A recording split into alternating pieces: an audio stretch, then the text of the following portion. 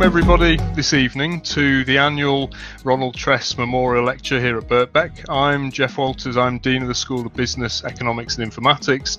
It's my pleasure to welcome you all, staff, students, alumni and guests, to this evening's online lecture hosted by the Department of Economics, Mathematics and Statistics.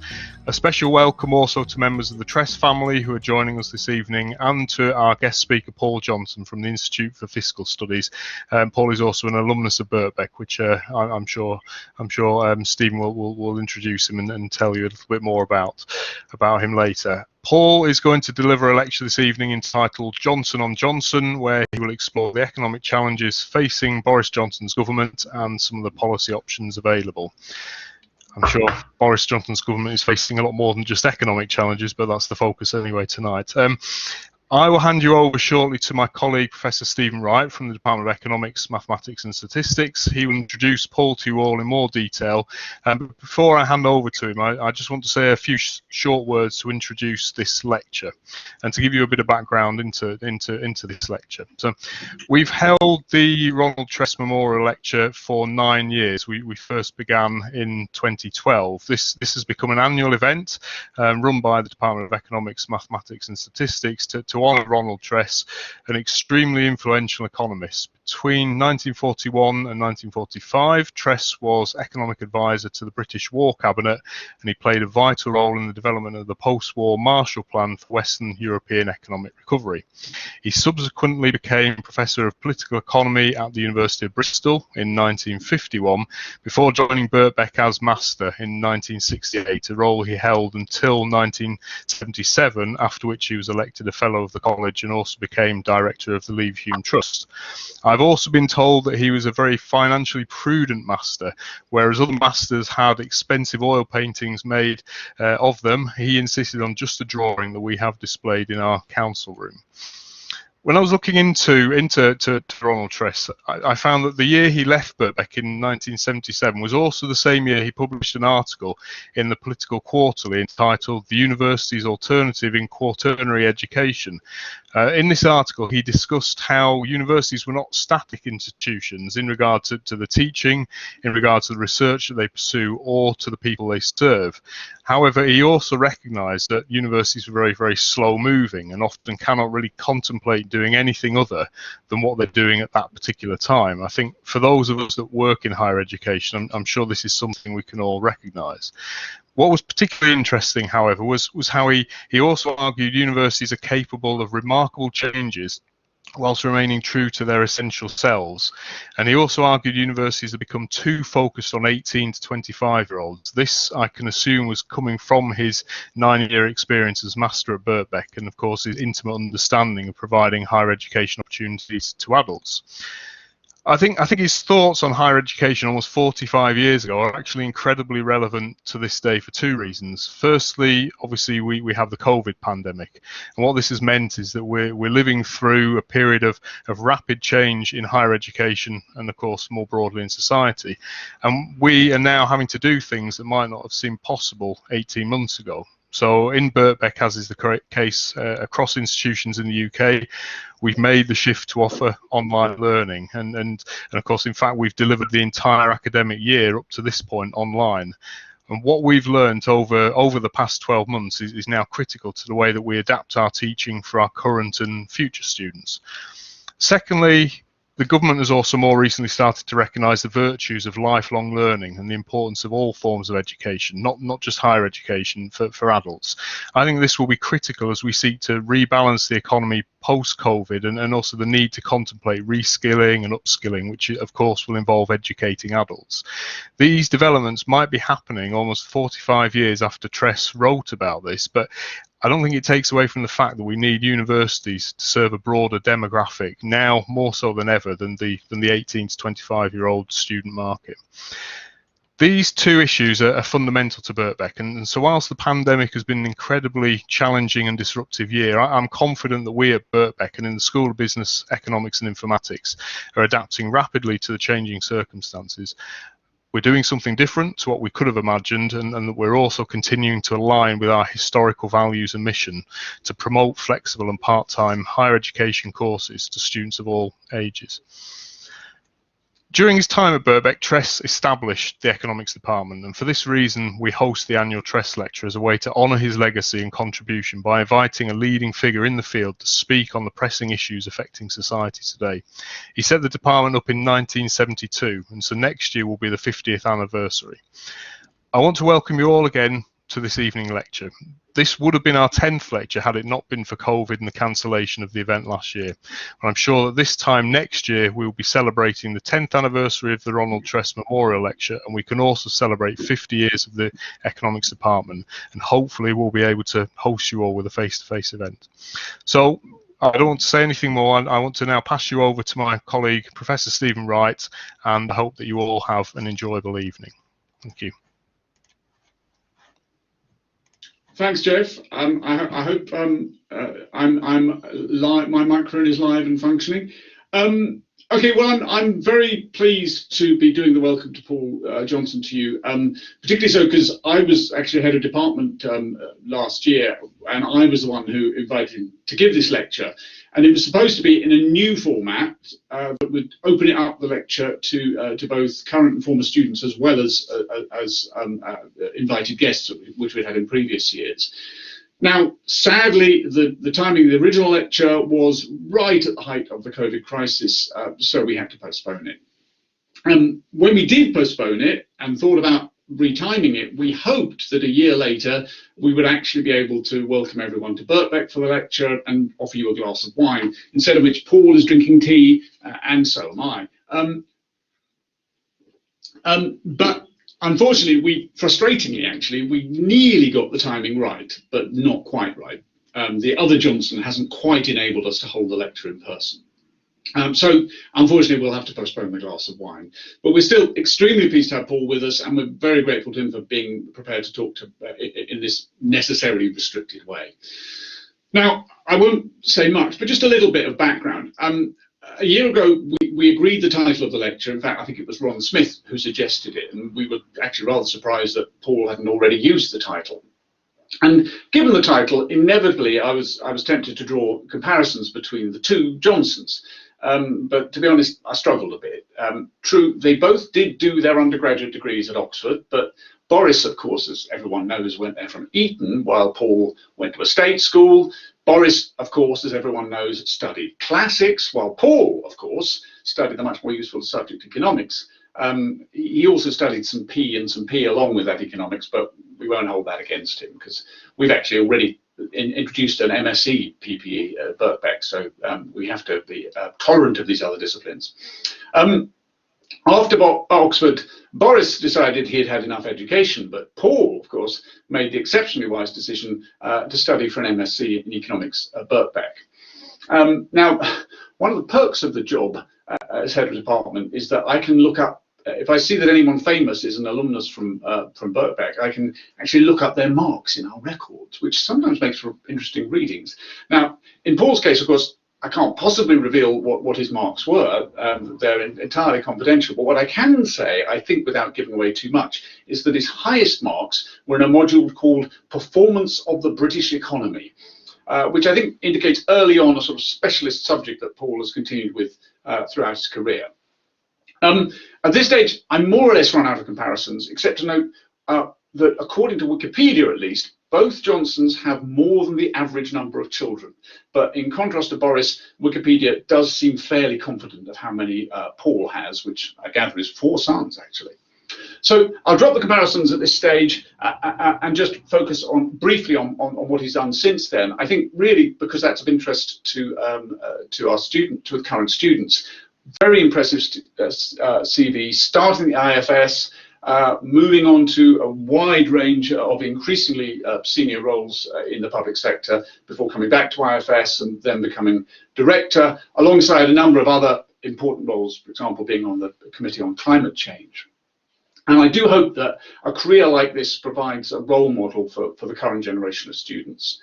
And the striking thing about Paul's career is that he's managed to strike a balance between very strong technical skills, working with a wide range of excellent economists, both at IFS and in academia, with that other skill which economists so often lack, which is the ability to communicate with non-economists. So I do hope that, having listened to the lecture tonight, the students amongst the audience will go and look at some of his recent articles in UK newspapers, which range from inheritance tax and social mobility to the dangers of corporation tax, both topics which I can testify are so dear to the heart of some of our students. And in all of these articles, as well as all the interviews he gives all the time on the media, Paul is both rigorous in his economics and a great communicator. And I'm sure we're going to see clear evidence of this in the lecture tonight. So one final thing, when he's finished, may I strongly encourage students to ask him the kind of penetrating questions that we are used to hearing from you, which is a great tradition of Birkbeck students. So bear that in mind as you listen to Paul talk, and I'll hand over to him now. Well, thank you so much for that introduction. I'm very glad you didn't read out some of my rather dreadful marks from. Oh, they were pretty good, Paul. They were pretty good. And thank you so much for the invitation to give this lecture. It really is such a shame not to be doing it in person, particularly since I just discovered that I'd normally get a decent dinner out of it as well, which I will have to go and cook myself afterwards. But one of the things I want to talk about today really is the difficulty of making predictions about what's going to happen to the world. And as Stephen said, the hope was, when this was cancelled last year, because I was invited to do this last year, it would be able to be in person. But of course, that's not how it's turned out. And I have to say, if you told me last year that we'd essentially have been in lockdown for a year or more, and most offices have been closed for that period, I think I'd have predicted something far worse than we've actually seen in terms of the consequences, not just for the economy as a whole, but for my organisation, the IFS, in particular. I'm particularly glad, again, as you've heard, to come and talk at Birkbeck, because I did do my masters here part-time, and I'm impressed that there are still people putting themselves through the pain that is working full-time whilst doing this degree part-time.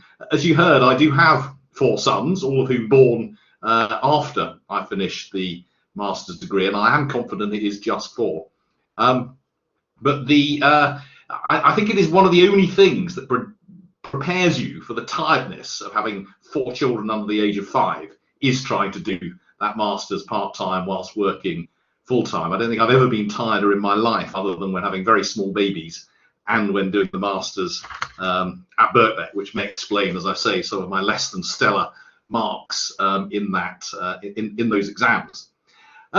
So Johnson on Johnson, I'm actually going to start well before Johnson, as it were, because I think what I want to really try and get across today is some measure of how much the economy has changed over the last decades, and how it's changed in ways I don't think anybody predicted, and what that might mean for some of the challenges that the other Johnson faces over the next few years. Now, I was born long time ago, 1967. That time, average incomes in the UK were about 1/3 of what they are now. We obviously not only didn't have any computers or iPhones or the internet, very few people even had central heating or colour televisions or washing machines in their homes. 40% of adults in 1967 had none of their own teeth.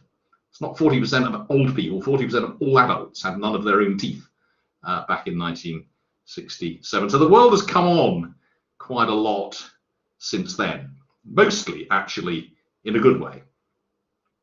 But whilst I was born back then, I don't really remember much about the 1960s, and not an enormous amount about the 1970s. For me, I suppose the world began in 1979. I am one of Thatcher's children in that sense. It began in 1979, both in the sense that that's when I became aware of what was going on in the world, and also actually when it came to studying the economy, whether that was at Oxford or at Birkbeck or indeed at the IFS. Much started in 1979, and I just want to take you through a very brief history of the changes. If you take the UK before 1979, look back at the 1970s, 5 of the 10 years in the 1970s, we had inflation of over 10%, and it peaked at 25%. We don't seem terribly worried about inflation today. I think partly we're not worried for good reasons. Partly we're not worried because most policymakers like me don't remember the 1970s. Incomes were growing, productivity was growing, but much more slowly than in most other countries. We were known as the sick man of Europe. We also had inequality at levels much, much lower than we have today. Go forward to 1979, I don't think anyone would have predicted what would happen over the next decade. The 1980s completely transformed, for good and for bad, the UK society and the UK economy. Of course, we had unemployment peaking at 13, 14%, well over 3 million. We had inequality growing to a degree completely unprecedented.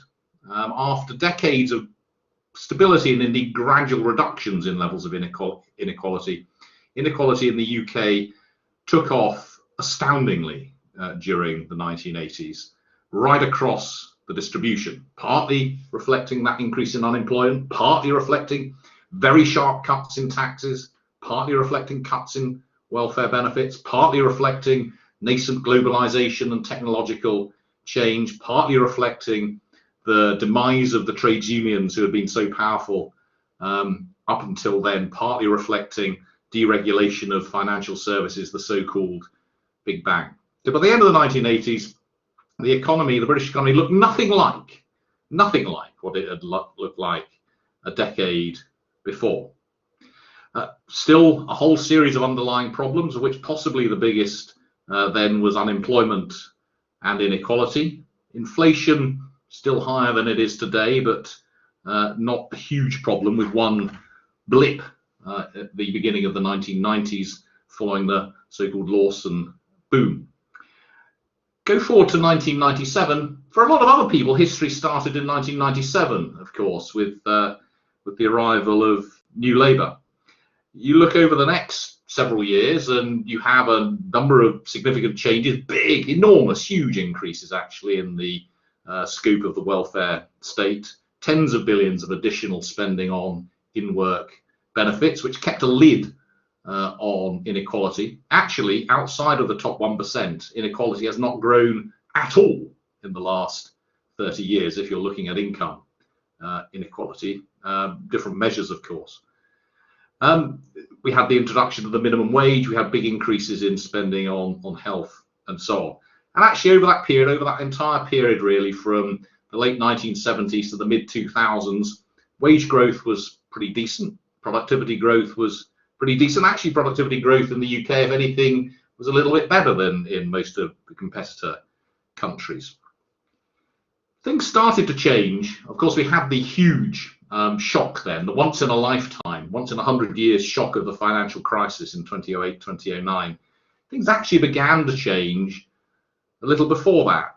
Earnings stopped growing somewhere around 2005, 2006, a bit before the financial crisis. Home ownership rates started to decline around the same sort of time. Interest rates have been coming down for a long period of time. And we had, of course, this huge crisis in 2008-9, the deepest recession in 80 years, the biggest deficit since the Second World War. But it was a very different kind of recession to the one in the early 80s. Unemployment peaked at a much lower level. And then, of course, we had the decade that we've got used to, the decade that is most familiar to all of us, the decade of austerity. The first time ever, essentially, that government has genuinely cut spending across a range of public services. We had cuts in benefits too. Perhaps even more importantly, a decade with no earnings growth. No earnings growth in a decade. The first time essentially in history. I mean, there might have been the odd decade in the 19th century where we had something similar. No growth in productivity. Again, something pretty much unprecedented in history. And something that no one projected back in 2010, interest rates stayed at near enough nil for that entire period. The Bank of England was founded in something like 1694. It never had interest rates anywhere near as low over that entire 300 and something year history until 2009, 2010, and they have stayed at that essentially nil level ever since. So take each of those periods of history. Each one looks so different to the period before, each one incredibly difficult to manage given everything else that was going on because of that difference. And of course, on top of everything else that we had over the last decade, we've had Brexit, another experiment, economic experiment never before tried, certainly not since the collapse of empire, in which a country takes itself out of such a strong trading bloc and single market. And I could talk about other huge changes as well. Over the 2000s, we had the most extraordinary increase in immigration, which may itself, of course, have played a role in the Brexit vote and has itself had extraordinarily profound effects on the structure of our economy. If we had 3 million fewer people here, we would have a very different economy to the one that we have now. The interest rates, of course, have themselves had profound impacts. And everything I'm talking about because they are issues that remain with us and issues that, as we come out of this crisis, the other Mr. Johnson is going to have to deal with. So those very low interest rates are the main fuel behind the increase in house prices. They are the main fuel behind this increase in intergenerational inequality. Never would I have believed when I started my professional life in the 1980s, when to be old was pretty much synonymous with being poor, that by the time that I was speaking to you today, poverty among those over 65 is way lower than it is among any other group in the population. Average incomes, let alone wealth, of those over the age of 65, once you take account of housing costs and the cost of children, are higher than the average incomes of those below the age of 65. The first time in history that that's ever happened. And again, I think a reflection of how slow policy and public opinion is to catch up on reality. We've worried for years about whether people have been saving enough. As it's turned out, the current generation of pensioners have saved too much. They are better off in retirement than they were in working life. They are far better off as a generation than younger generations, and yet we still worry about free TV licenses, free travel, and so on for no national insurance contributions, and so on for the over 65s. And that increase, that reduction in interest rates, not only has fueled an increase in house prices, which has put the power in that older generation. With that older generation, it has fueled an increase in asset prices more generally.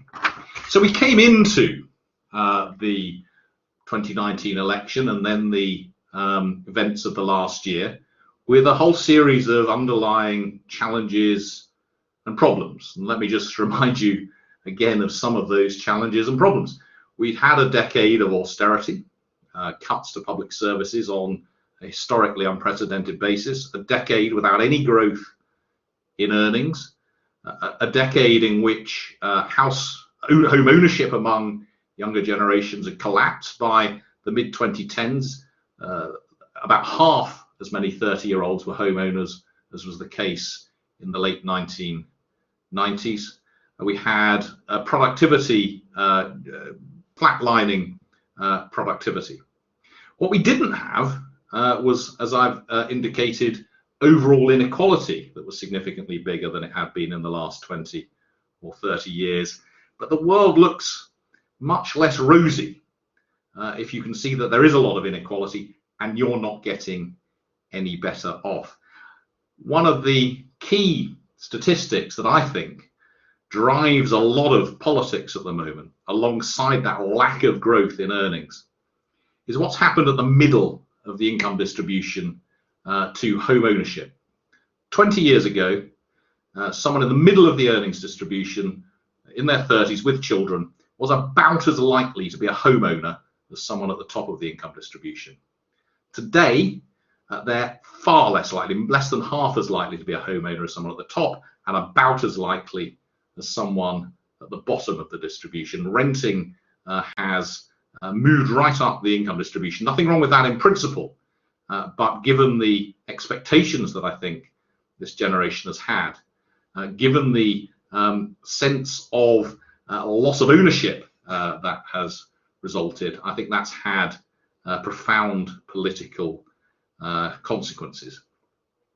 So we move into COVID and the last year with these underlying problems, and we're going to move out of COVID with these underlying problems. But of course, we've had the most astonishing degree of public intervention over the last year, which again, I don't think any of us could have predicted. And I'm sure you're all familiar with this, but it's worth just reflecting for a moment on what has happened over the last year. The government, of course, has used its power to tell us all to stay home, to shut large parts of the economy down, and in doing so has spent something north of £250 billion,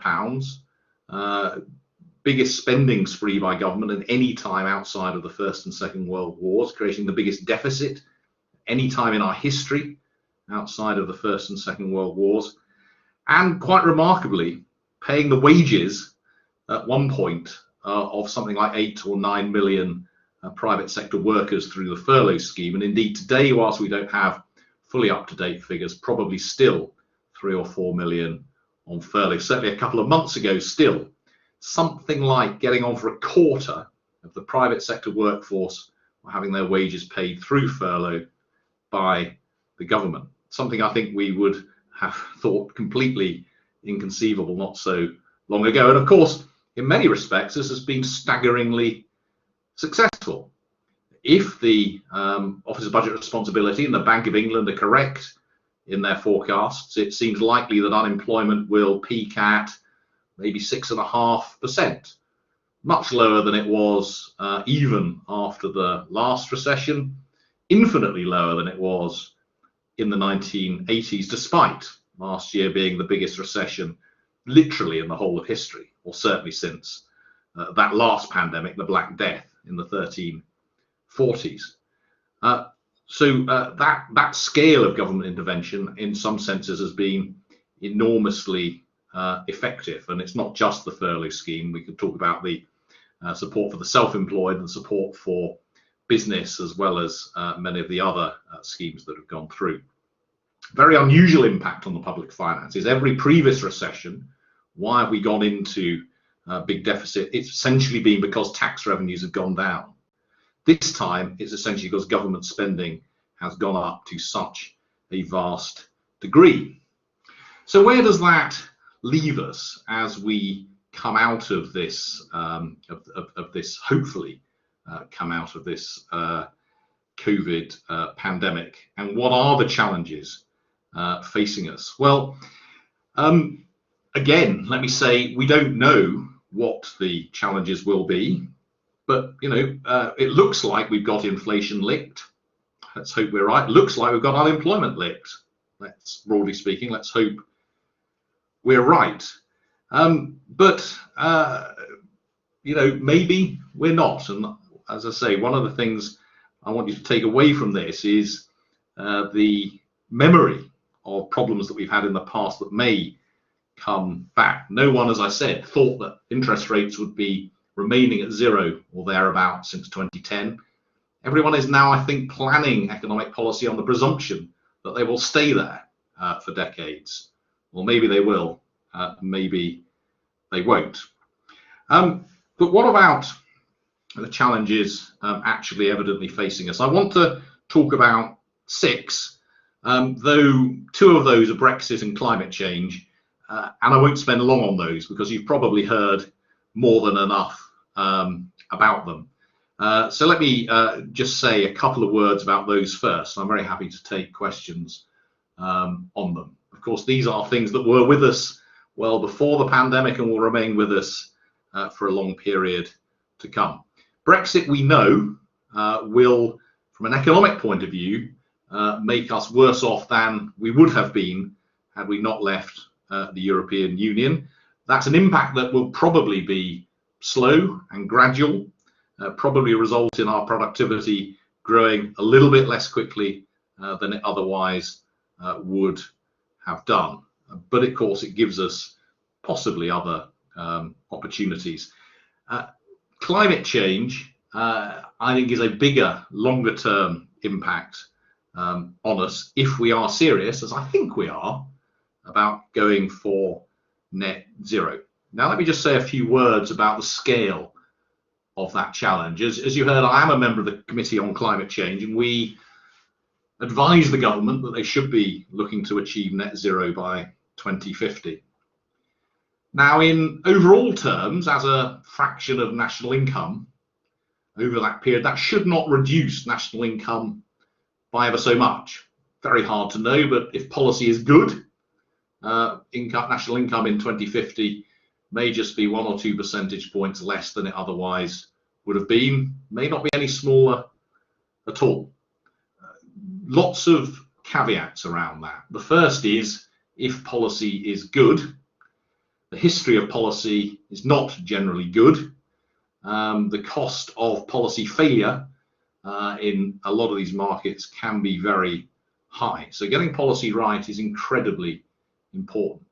Second, and even more important, is that the transition will be costly and disruptive.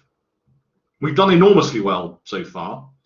We've something like halved our CO2 greenhouse gas emissions since 1990, essentially by massively reducing emissions from electricity generation.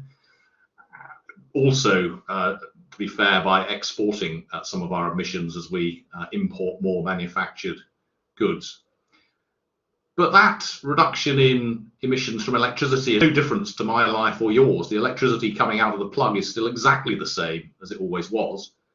What you probably haven't noticed is that you're paying a premium for that electricity, but that's been pretty well hidden.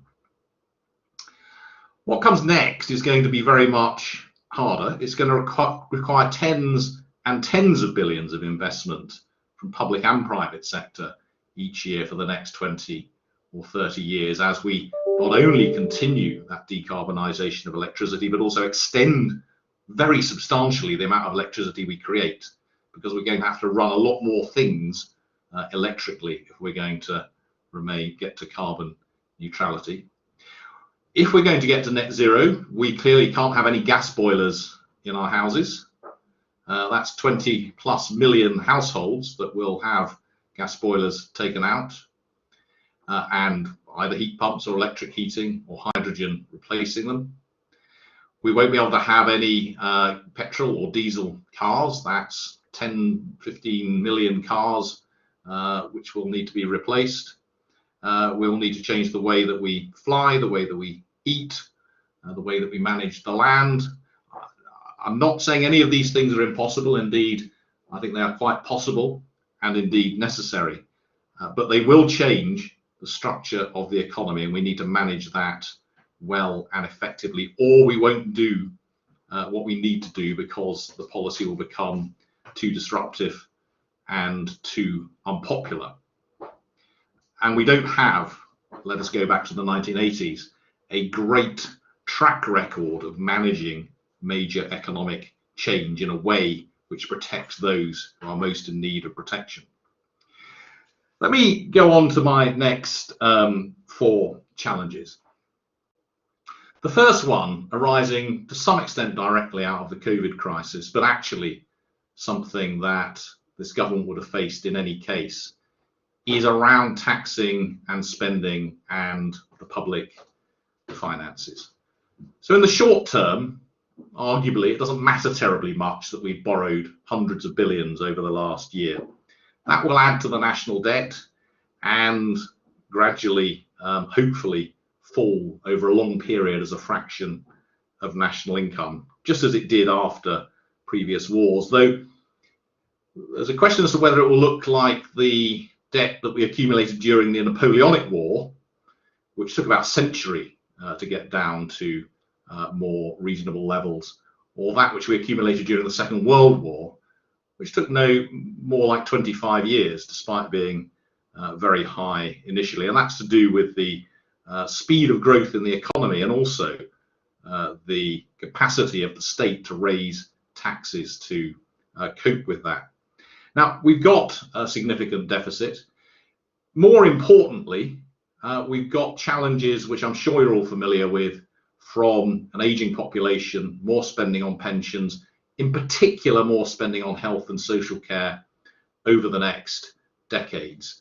And as far as I can see, little scope for paying for that by reducing other parts of state spending. Now, it's worth saying we have far more pensioners than we had 40 or 50 years ago. We spend something like 3 times as much on the NHS as a fraction of national income.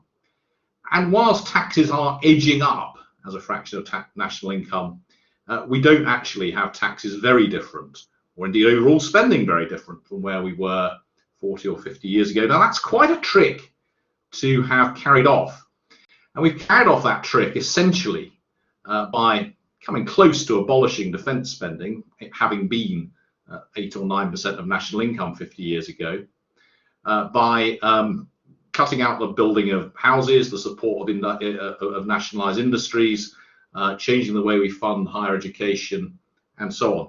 I can't see the next trick that we play to achieve that kind of thing. It seems to be inevitable that if we're going to provide, in particular, the health service that I think we all expect will be provided, then taxes will need to rise over the next 10 or 20 years, on top of anything that we may need to cope with climate change. So, big question for the other Mr. Johnson: how is he going to deal with, first of all, the fallout from COVID? How quickly do we want to get towards any kind of balanced budget or reduction in the deficit?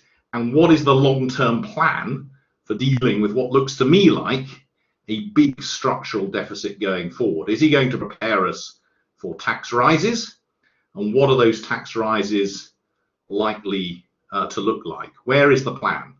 Now, I very happily talk about tax policy for a long time and the ways in which we might address that. But again, I'm happy to take questions on that. So first challenge is really about as much the scope of the state as it is about the scope of public finances and the deficit.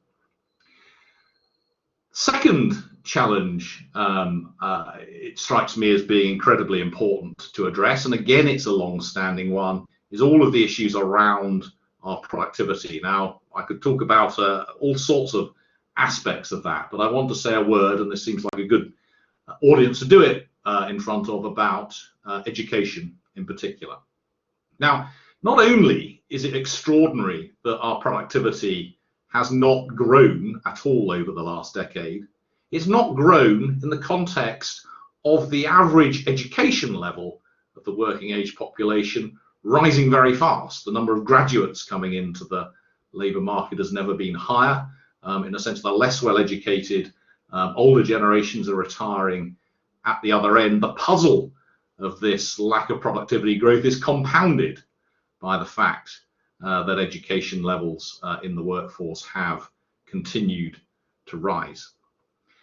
We have a huge number of issues with our education system, starting with social inequality and the very much lower levels of educational attainment among those from lower socioeconomic backgrounds and those from higher socioeconomic backgrounds. But I want to stress particularly what happens in the UK at and after the age of 16. We are almost unique in so many ways internationally, and having a high stakes exam at 16, GCSEs, which very few other countries do, at having an incredibly narrow curriculum from 16 to 18, which very few other countries do, at having such a large fraction of our young people going into higher education, and such a low fraction going into high quality alternatives to that. We have a system set up to funnel people through into university with very poor routes into vocational and technical education. Now, two consequences of this. First, we are the only country much in the world where the basic numeracy and literacy skills of our 20-year-olds are no better than those of our 60-year-olds. Other countries have made progress, we have made none in the last 40 years in basic literacy and numeracy. We are also most unusual, particularly in Europe, in having this very difficult route for those who don't go on into higher education. And yet we know that there are higher level technical and vocational qualifications which are economically enormously valuable, both for the individuals who do them and more broadly for the economy. And let us be honest, there are also significant numbers of people going into higher education who economically at least do not benefit from doing so. So a huge challenge for the Prime Minister, for this government, is particularly around doing something really serious about alternatives to that higher education route, and indeed reforming 16 to 18 education in my view. That will also, I hope, be a central part in the so-called levelling up agenda that this government appears to be committed to. A lot of the levelling up agenda is associated with investment in roads and railways and big capital projects. But what is actually the difference between the poorer regions of the UK and the richer regions of the UK? The difference lies in the educational qualifications of the people who live there.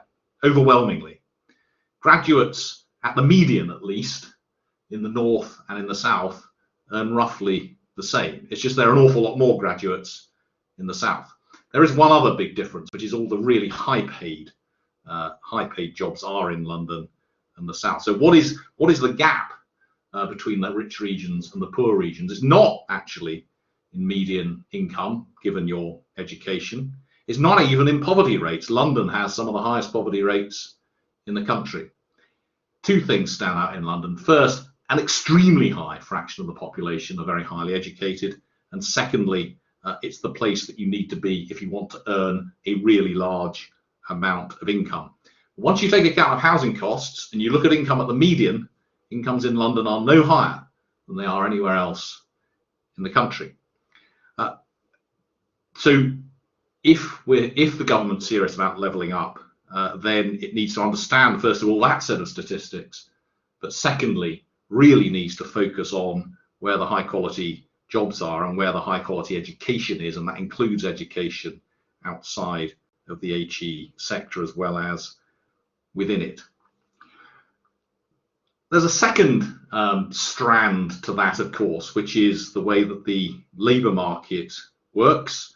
How do we respond to a decade without increases in earnings? We appear to have only one policy at the moment, and that is to increase the national living wage. What was the minimum wage? That appears to be the start and the end of this government's labour market policy, and indeed of most of the ideas knocking around on labour market policy. Surely it needs far more than that, not least because as you keep on pushing up that minimum, you're creating problems and issues further and further up the earnings distribution. Now this may involve, because if you're imposing such substantive regulation on that part of the labour market, it's going to have unintended consequences, and maybe actually you need more regulation in the labour market to offset that, if that's the way that you're going to go.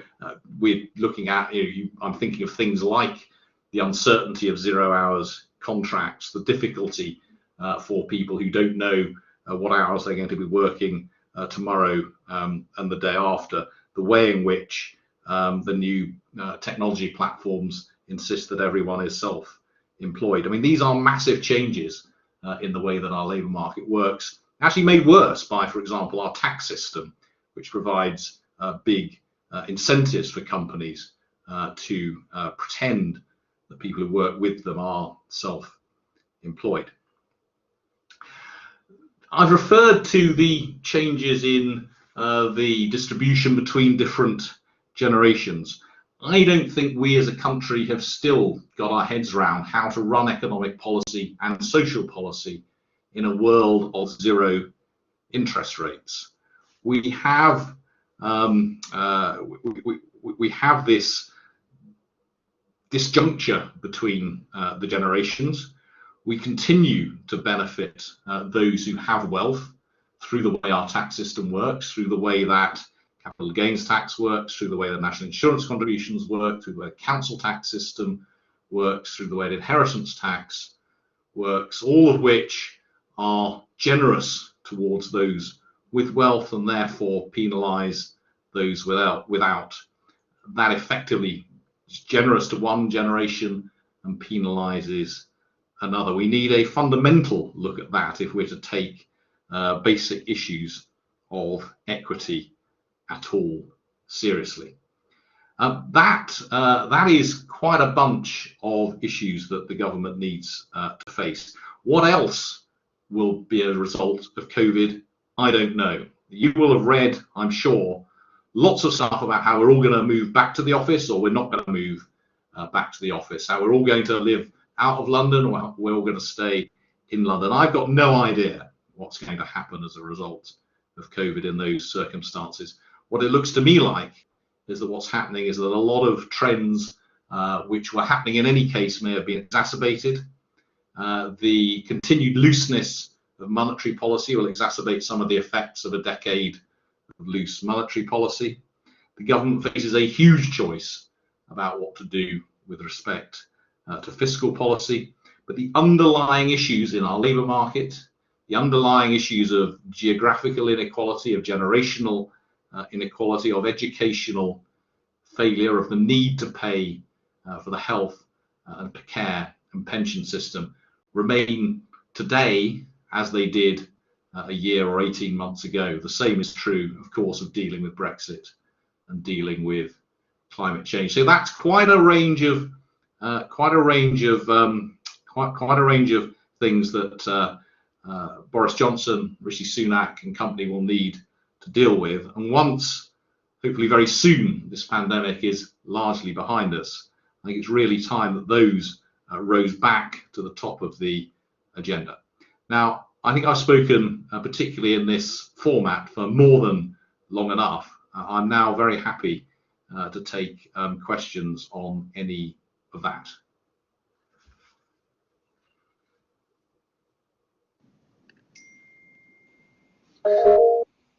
Thank you very much, Paul.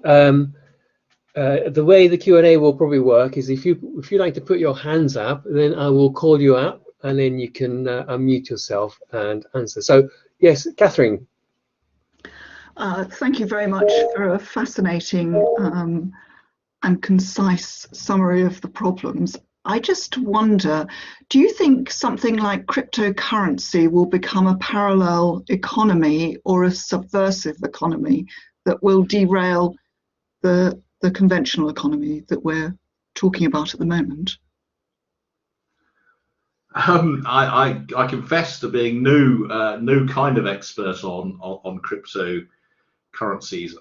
From what little I know, I don't think that's likely to happen in the immediate future. Whilst they've clearly become much bigger and more important than they were, they are still, in the context of the world economy, extremely small.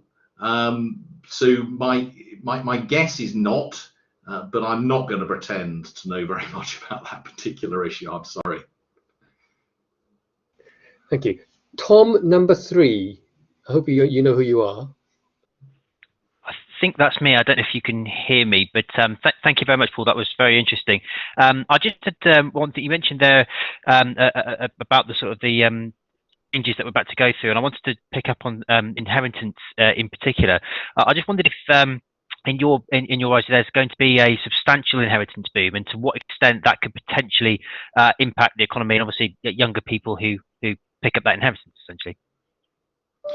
Yeah, I mean, we've done quite a lot of work on that, and yes, I mean it's already clear that inheritance will be an increasingly important part of the lifetime income of younger generations, of course, unequally distributed. So it looks to us like people born in the 1980s will on average inherit about twice as much as those born in the 1960s. And I think that's one reason to be concerned about some of the changes that have been going on over the last decades. I mean, one could say, well, you know, we've had these changes over the last 20 or 30 years. One generation has been lucky, one generation has been unlucky. Well, you know, that sort of thing happens, and you know, we can move on. But actually, this is going to have a long-term effect on how the country works and on inequality and social mobility. So those who are the less successful offspring of wealthy parents will be essentially protected by the wealth of their parents more than ever before. Those who are the more common group, the successful offspring of the wealthy parents, will see their overall wealth grow even more than otherwise. And it looks like inheritance will now play a much more substantive role than it has in the past in reducing social mobility, or at least reducing the mobility in terms of lifetime income between you and your parents. And that, yeah, it's hardly surprising given the huge increase in wealth and its concentration in the older generation, and of course its concentration within that generation among a particular group of those, because wealth inequality is of course extremely substantial. Now, you know, that is a hard thing to deal with. There are lots of things one could do which would help. Certainly reforming council tax so that it's no longer regressive would be helpful. Reforming capital gains tax so that we actually tax more capital gains would be helpful. Reforming pension tax so that we don't allow people to hand on their pensions free of inheritance tax would be helpful. Closing some of the most obvious loopholes in inheritance tax would be helpful. But actually, the most important thing you could do to help with this is the set of things, whatever exactly they might be, which would result in earnings growing more quickly. Because one of the reasons why inheritance is so important, becoming so important, is because we've had this absolute stickiness in earnings, and the result, of course, is that as a fraction of total lifetime income, what you inherit becomes more important because you've got less of other lifetime income. Okay, moving on. Joshua Williams. Thank you. Paul, I was just wondering, I mean, how realistic is it to expect the government to enact some of these reforms, really, when you consider that some of the public are, frankly, without judging anyone's political beliefs, living in a parallel universe? They read the Express, they read the Mail, not judging any of those papers, but obviously they share a different worldview than what might be regarded as economically sound. You know, to them, they expect a sort of Brexit dividend, you know, all the magical unicorns, etc. You know, does this really mean anything to them? Thank you. Yeah, that's a very good question. It's very easy for me to say what I've just said, and it's very easy for us to write you know, learned tomes about what a rational tax policy might look like, or you know, how one might reform social care funding or the education system, or what have you. But there's no doubt that politicians face a heck of a challenge in communicating some of those challenges. I mean, one answer to your question might be, well, given the enormous shock that we've just been through, if there is a moment when this kind of communication and some of these policy options might be feasibly on the table, you might think this is that moment. never let a good crisis go to waste. How will things like Brexit play out? Well, I think the answer is probably that this is going to be a slow burn thing. This isn't going to be like COVID and kind of knock the economy completely for six in 1 year. It will be a sort of slow reduction in what otherwise would have happened to the economy. That's going to be very hard to even measure, let alone explain. The challenges around reforming tax systems is very hard, and the losers always yell a lot harder than the winners from any of these changes. I don't know what the answer to that is beyond both governments and oppositions, which are more honest with the population about the challenges that they face. And I think at some point on some of the things that I talked about, they're going to have to be more honest. So two examples where I think they're just going to have to be more honest. One is that just returning to this point about funding the health. I mean, it is overwhelmingly health actually rather than pensions. If we're going to have a health service, anything like we have at the moment, we are just going to have to spend another, say, 3% of national income on it in the next 15 years. 3% of national income is a heck of a lot of tax.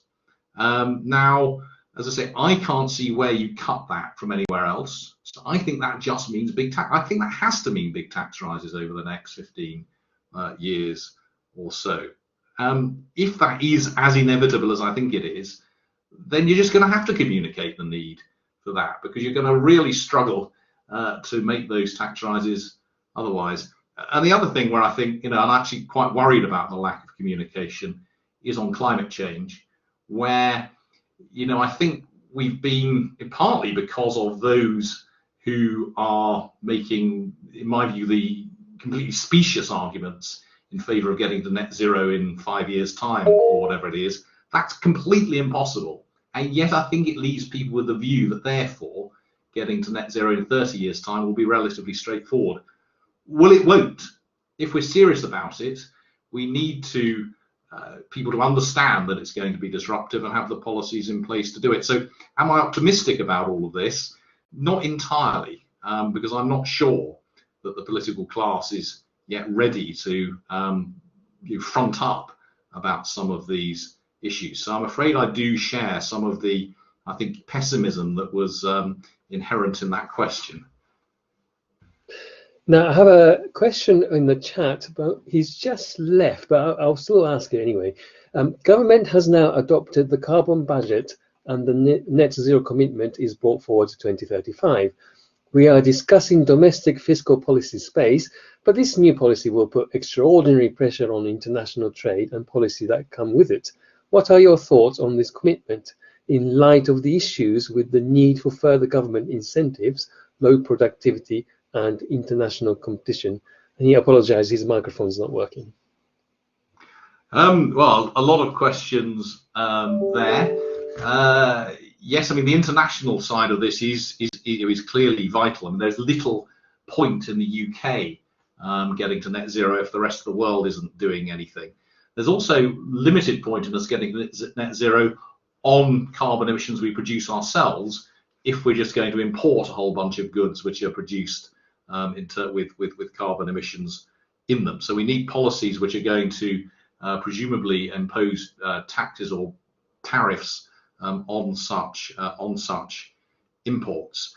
In terms of the cost of getting there, which I think was underlying part of this question, a lot of that cost, well, the big issue is how is that cost going to be distributed? As I indicated, we've spent, I don't know what the numbers are actually, but tens of billions greening our electricity.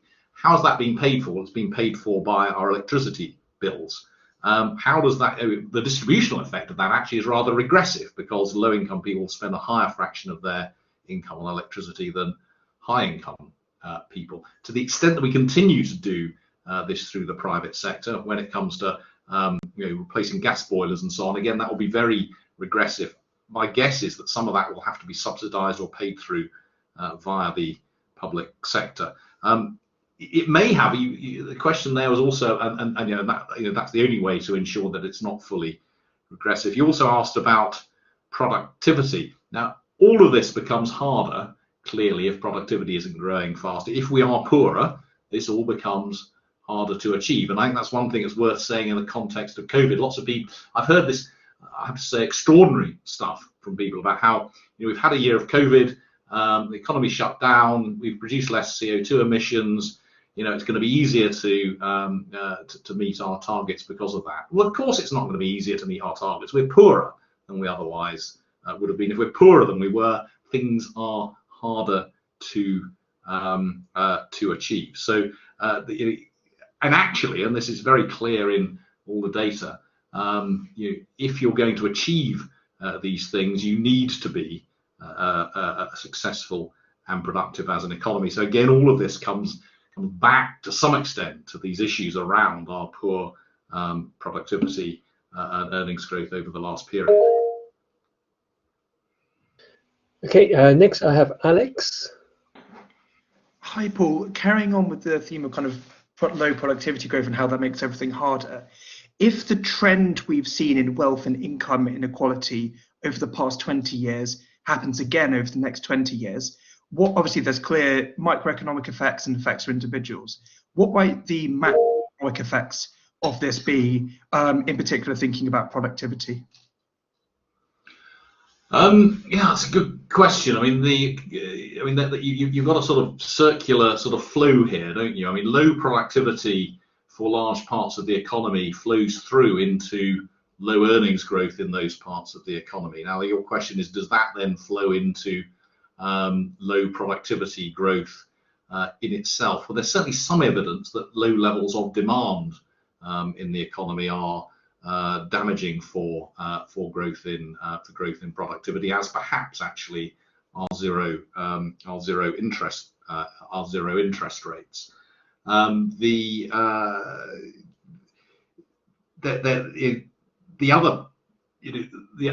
back to what I said about labour market policy, where the only instrument we seem to be wielding at the moment is ever growing national living wage or minimum wages. Well, it's possible actually that a combination of growing minimum wages and much stronger limits on immigration will force a degree of productivity growth. Now, I say that speculatively, but certainly there are those who would argue that if you have to pay £10–12 an hour to employ someone, then you're going to have to create jobs that are more productive because they're using more technology or what have you.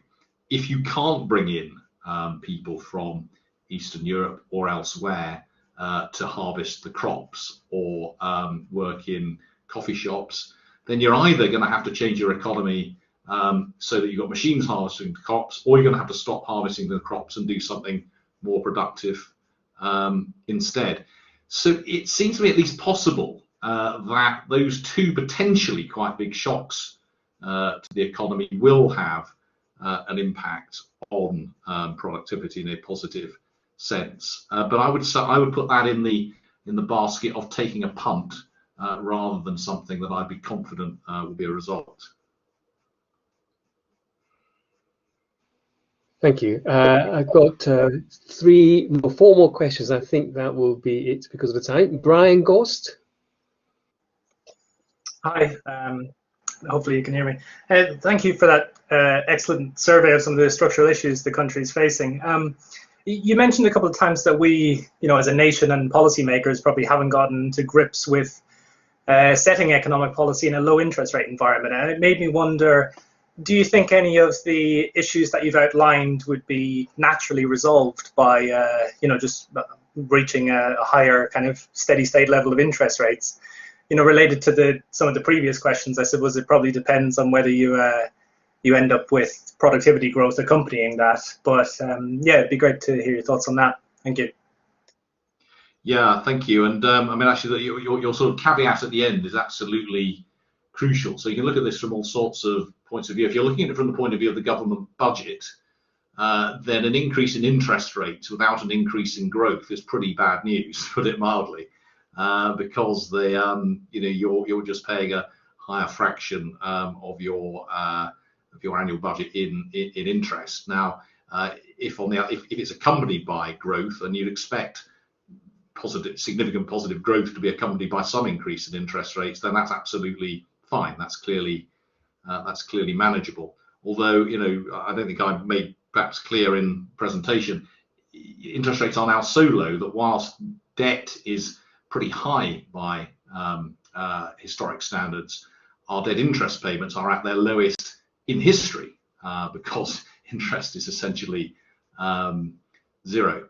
If you look at this from the point of view of households, a crucial consequence of higher interest rates, probably whether accompanied by productivity growth or not, would be to put a lid on the growth in house and asset prices. Now, people talk a lot, for good reason, about house prices are being pushed up by a lack of building, but I think the evidence is pretty clear that over the last 30 years, the biggest determinant of the growth in house prices has been the continued fall in interest rates over that period. But again, if the interest rates come without a growth in earnings, then that could put the housing market into pretty sharp reverse. Whereas if it comes with that growth in productivity and earnings, then it begins to just even things out a bit. The other thing to watch for, I think, is if interest rates were to rise substantially, quite how robust, quite how big a transition would that create in the economy? We've had actually 30 years of transition to a low interest rate economy. We had interest rates actually came down over the 90s, the 2000s, and the 2010s. It didn't all happen at once, and the economy has gradually adjusted to that. The housing market has adjusted to it, hasn't always adjusted in the best possible way. But if we had a sudden sharp increase in interest rates, then that would cause immense problems for both businesses and households who have borrowed significantly in the expectation that this period of low interest rates would continue indefinitely, and hence going back to why I talked a bit about history at the beginning. Now, I'm not saying that interest rates and inflation will go back to where they were in the 1970s.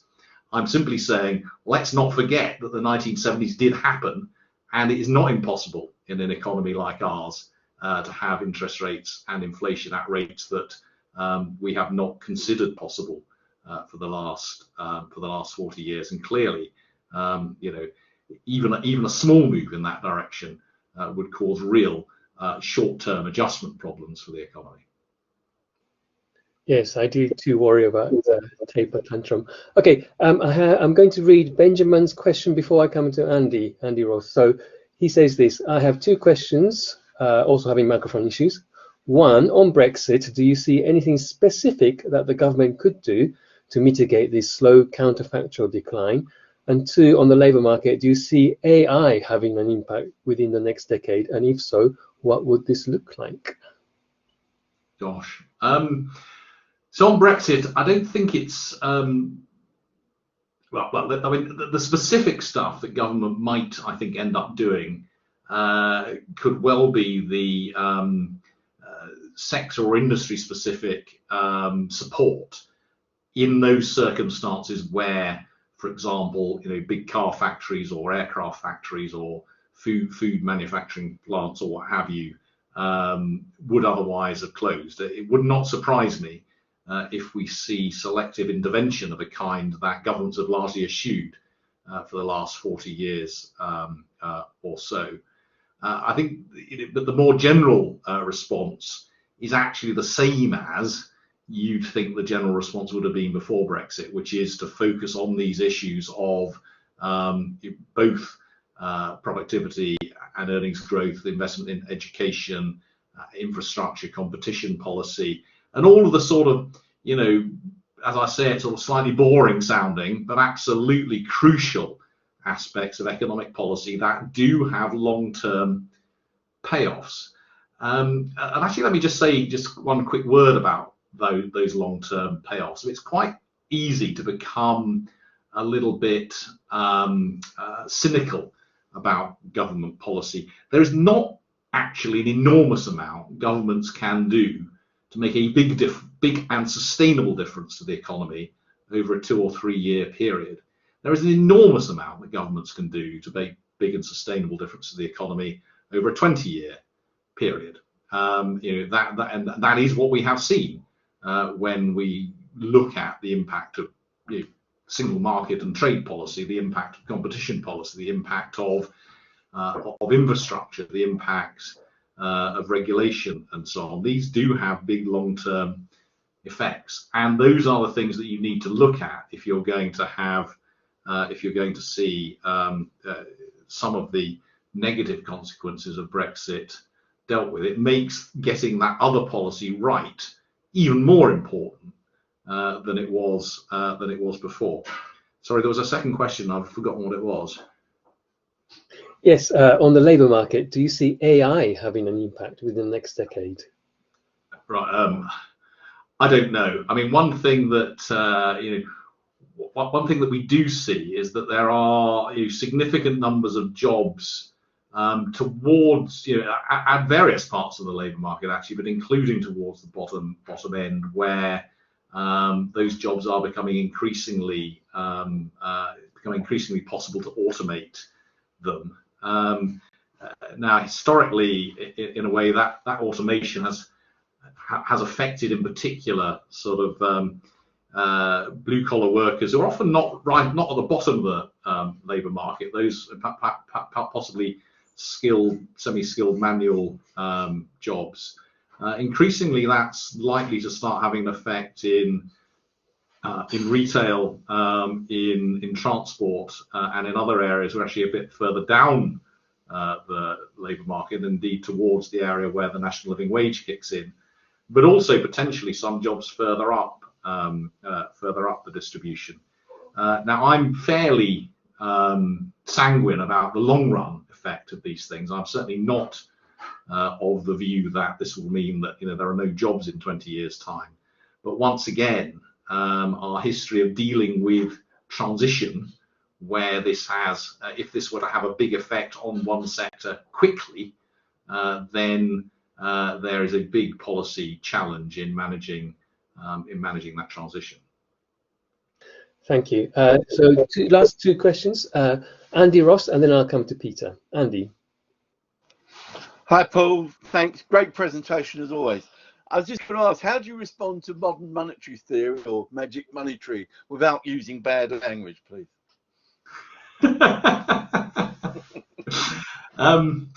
Well, I think, I mean, I quite like the way that Andy Haldane, Chief Economist of the Bank of England, described it as neither modern nor monetary nor theory.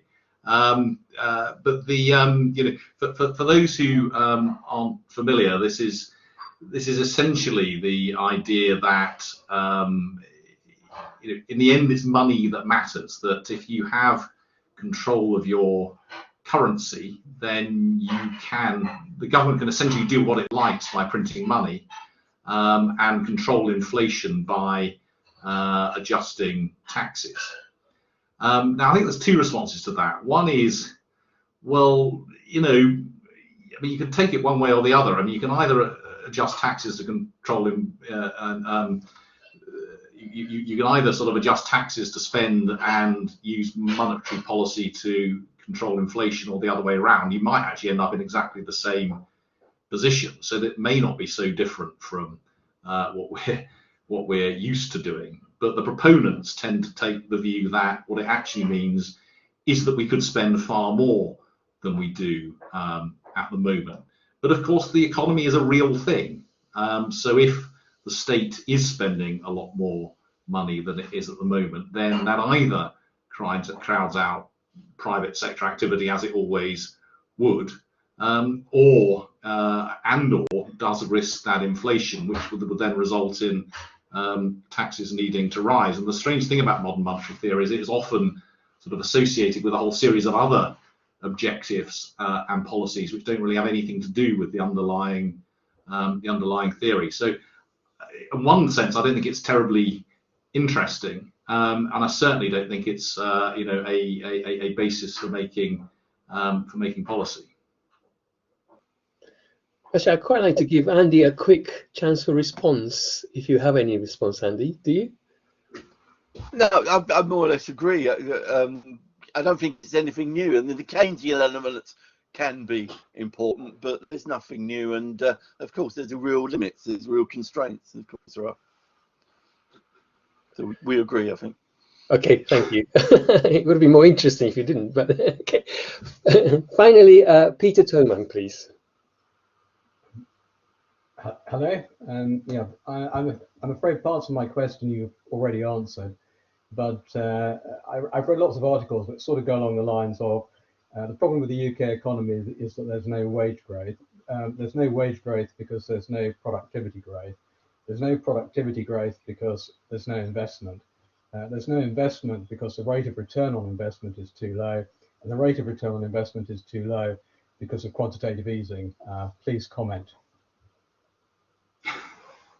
Well, there's certainly a lot of truth in all of that, but I think there's quite a lot more to the low investment story than quantitative easing.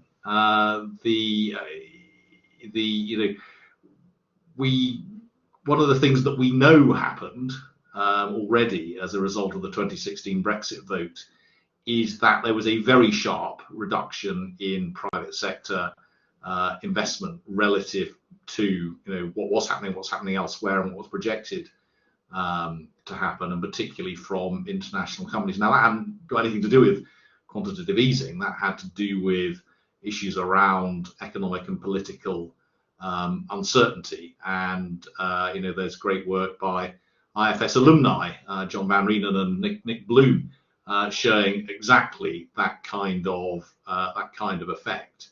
And I think it's also, it's another arena in which government policy is so important. A stable and effective policy regime and government is vital to private sector investment. And Brexit, neither Brexit nor some of the actions of government since then have been helpful towards that kind of investment.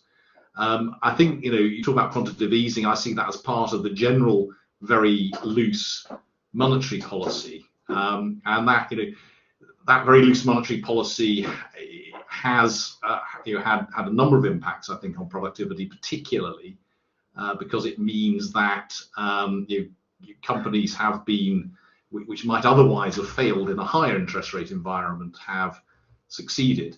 But I don't think it's that central to the productivity issues. I think some of the other things that we've been talking about are probably more important. Thank you. I think the time is up. So thank you very much. I would just like to say, being a Thatcher's child myself, I'm just a year younger than you. It was really interesting, you summarising all the history. It was like living through it again. So that was really great. Of course, I've seen Paul on BBC News and being quoted in FT. It's very privileged to hear firsthand his views, and I'm greatly reassured that someone in important places are thinking about these issues and asking these questions. So I hope students who are out there are encouraged that you too can go and make a difference after your degree at Birkbeck and follow Paul's step. So that just leaves me to say thank you very much, Paul. We'll hopefully have that dinner and wine at some point soon when we can. And if we could all just unmute or show our faces and show our gratitude to Paul by clapping, that would be great. Here we go.